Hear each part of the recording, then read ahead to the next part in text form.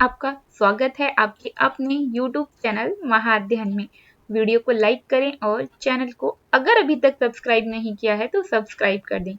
आज हम करने जा रहे हैं हमारी 7वीं कक्षा की सामाजिक विज्ञान की वर्कशीट नंबर 5, जो कि है हमारे भूगोल से, यानी कि भूगोल की किताब से। और हमारी आज की तारीख है 9 अक्टूबर और हमारे विषय का नाम है मानव पर्यावरण।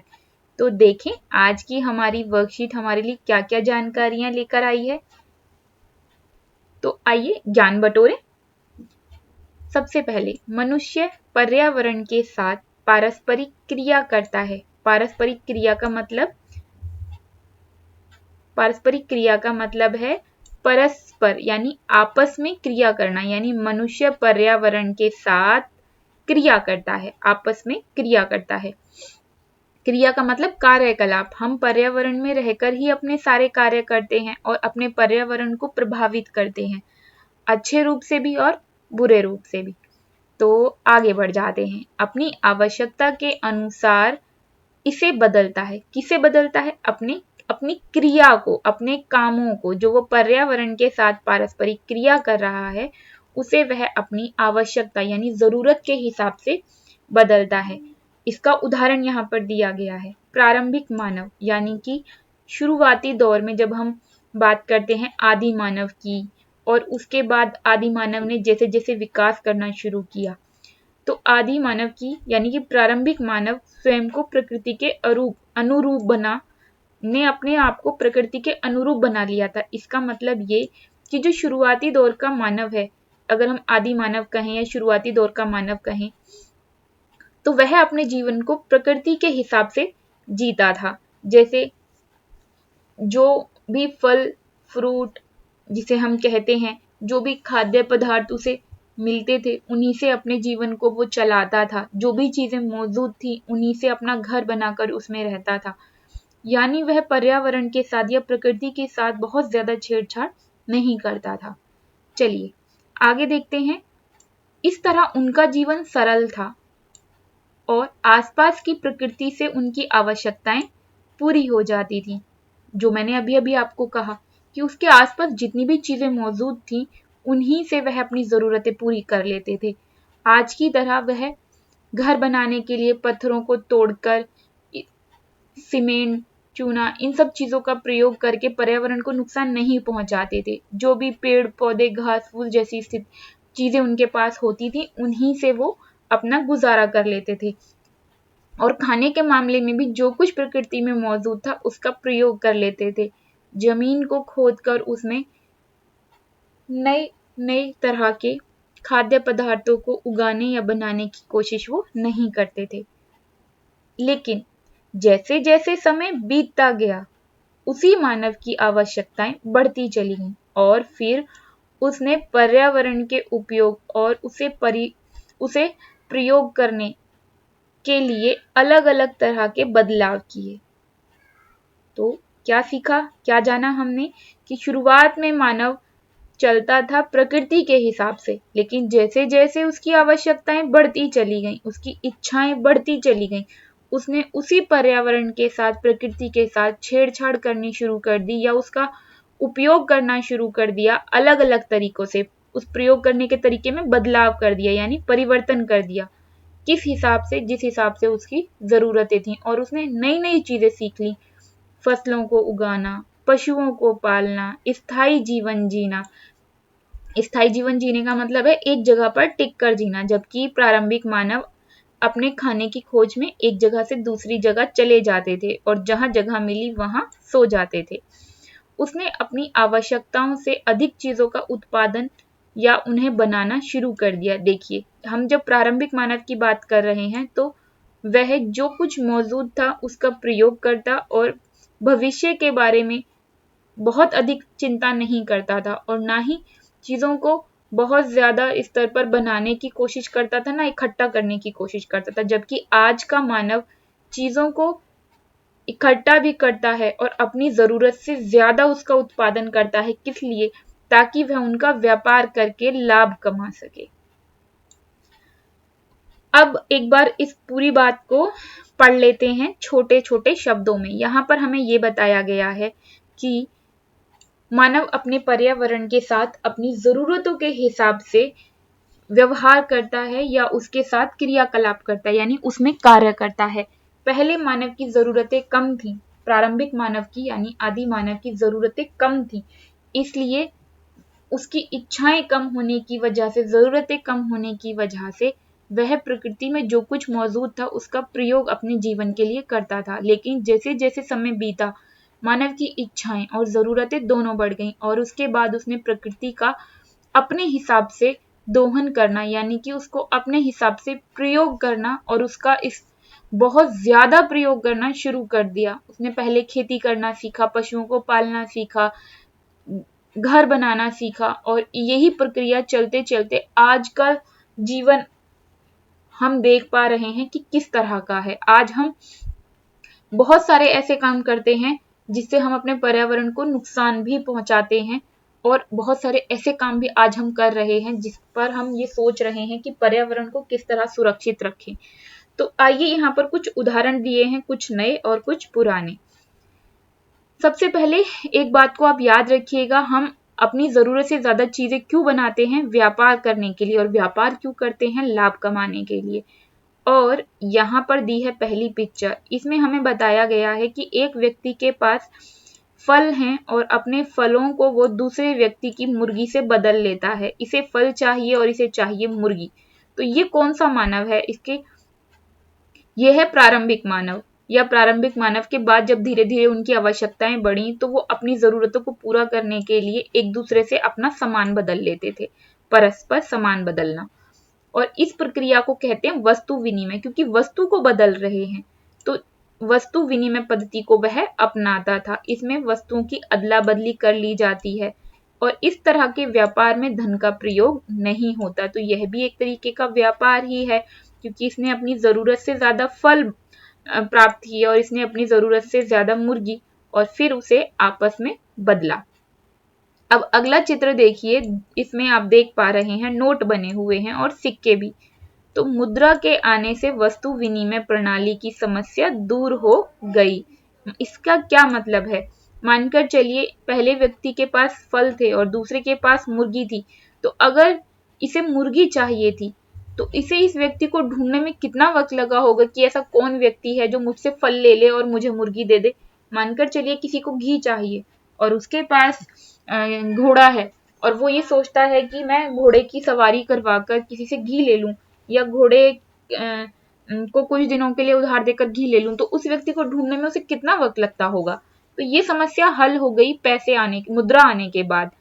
और मुद्रा आने के बाद जब ये समस्या हल हुई तो कैसे, वो आप जानते ही हैं। हम किसी भी व्यक्ति को अपना सामान, जिसे हमारा सामान चाहिए, उसे दे सकते हैं और उससे मुद्रा प्राप्त कर सकते हैं और उस मुद्रा को हमें जिस व्यक्ति का सामान चाहिए उसे देकर उसका सामान ले सकते हैं। तो है ना ये एक आसान काम। आजकल प्लास्टिक मनी और ऑनलाइन मनी ट्रांसफर का भी उपयोग किया जाता है। तो प्लास्टिक मनी किसको बोलते हैं? आपने अपने घरों में देखा ही होगा कि बैंकों से पैसा निकालने के लिए, एटीएम मशीन से पैसा निकालने के लिए हम कार्ड का प्रयोग करते हैं और इसी तरह के कार्ड का प्रयोग हम पेमेंट करने के लिए भी करते हैं जब हम मॉल जाते हैं या किसी बड़ी दुकान पर जाते हैं। आजकल तो बहुत सारी जगहें आप देख पाते होंगे, आपने देखी होंगी, अब अक्सर बहुत सारी जगहों पर ये हम करते हैं। यहाँ तक कि ऑटो रिक्शा वाले या दूसरे बहुत सारे लोग भी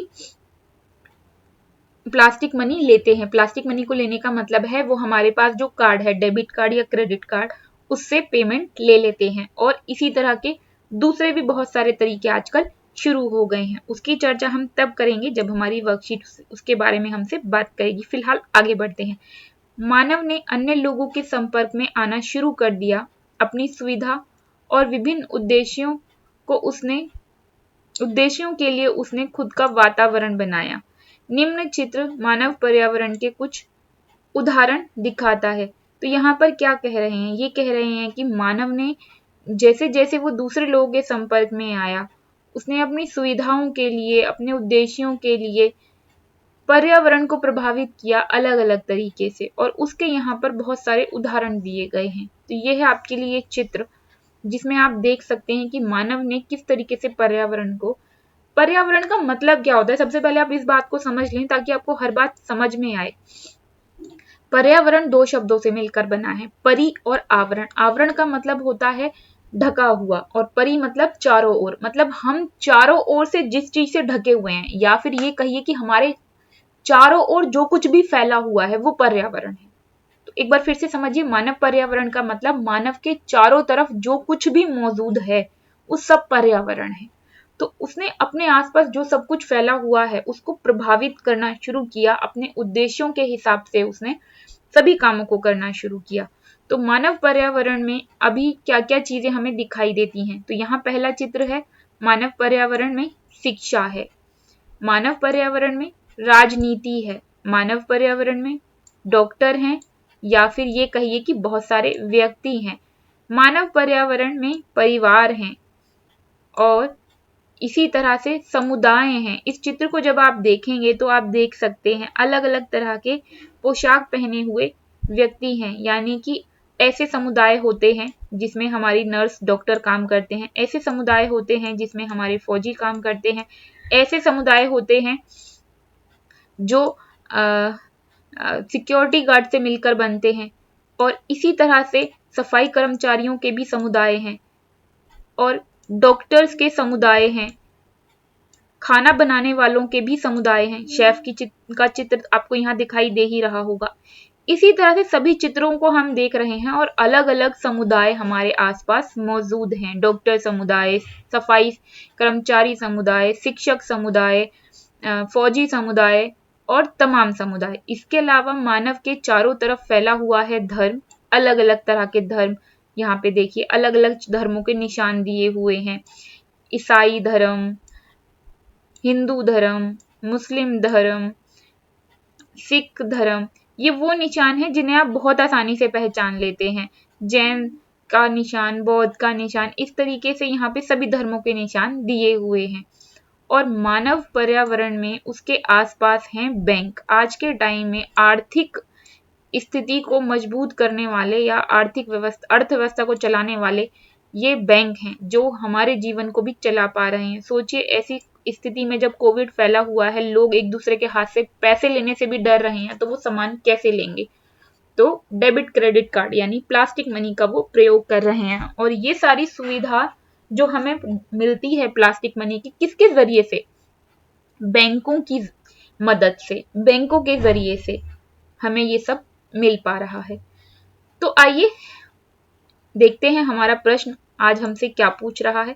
लॉकडाउन की परिस्थितियों को याद करके तालिका को पूरा करना है। अब देखिए नीचे दो प्रश्न पूछे हैं, ऊपर वाला चित्र हम देखेंगे, या फिर ये इन्होंने कहा लॉकडाउन की परिस्थितियों को याद करके तालिका को पूरा करना है।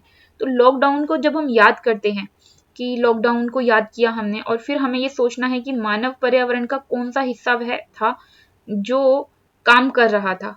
लॉकडाउन में भी जो मानव पर्यावरण का हिस्सा काम कर रहा था, यहाँ हम उनके नाम लिखेंगे, और यहाँ हम उनके नाम लिखेंगे जो कोविड में काम नहीं कर रहे थे या लॉकडाउन में काम नहीं कर रहे थे। तो आप अच्छे तरीके से जानते हैं हमारे मानव पर्यावरण में, अगर हम इस चित्र को देखें तो आपको मानव पर्यावरण के सभी हिस्से दिखाई दे रहे हैं, शिक्षक भी, समुदाय भी, धर्म भी, व्यक्ति भी, परिवार भी, राजनीतिक स्थिति भी, सब। तो कौन कौन सी ऐसे हिस्से हैं मानव पर्यावरण के जो काम कर रहे थे? तो जो काम कर रहे थे वो थे डॉक्टर, बाहर निकलकर घरों से, नर्स, केमिस्ट, इसके अलावा आप कुछ और नाम भी लिख सकते हैं, सफाई कर्मचारी, पुलिस, फौजी, और ये सभी वो लोग थे जो काम कर रहे थे। इसके बाद मानव पर्यावरण का वह हिस्सा जो कार्य नहीं कर पाया, तो स्कूलों को बंद कर दिया गया था, परिवहनों को बंद कर दिया गया था, धार्मिक स्थानों को बंद कर दिया गया था। तो ये वो जगहें थी जो काम नहीं कर रही थी, और बैंक भी काम कर रही थी। तो आप इसमें बैंक भी लिख सकते हैं पहले वाले में, यानी कि यहाँ पर अब पुलिस, फौजी, बैंक, इन सभी के नाम यहाँ पर शामिल कर सकते हैं। मेरे प्यारे बच्चों, मैं उम्मीद करती हूँ आपको ये वर्कशीट समझ आई होगी, पसंद आई होगी। आपकी वर्कशीट के नीचे लाइक का निशान आ रहा है, प्लीज जल्दी से वीडियो को लाइक कर दें, और ऐसी प्यारी प्यारी वीडियो हम आपके लिए लाते रहें। और आप उन्हें देखते रहें। इसके लिए ज़रूरी है कि अगर आपने अभी तक चैनल को सब्सक्राइब नहीं किया है तो सब्सक्राइब कर दें। आपकी वीडियो के नीचे रेड कलर का सब्सक्राइब का ऑप्शन होगा, उसे क्लिक कर दें। वीडियो का सब्सक्राइब का कलर चेंज मतलब चैनल सब्सक्राइब हो गया है और अब आपको वीडियो के नोटिफिकेशन मिलते रहेंगे। तो एक और ज़रूरी बात, ज्ञान बांटने से बढ़ता है। वीडियो के नीचे शेयर का ऑप्शन है। वीडियो को अपने क्लास के या दूसरे सेक्शंस के स्टूडेंट्स के साथ, फ्रेंड्स के साथ शेयर करना बिल्कुल भी ना भूलें। फिर मिलते हैं अगली वीडियो में कुछ और खास जानकारियों के साथ। तब तक के लिए खुश रहें, स्वस्थ रहें। वीडियो को देखने के लिए थैंक यू।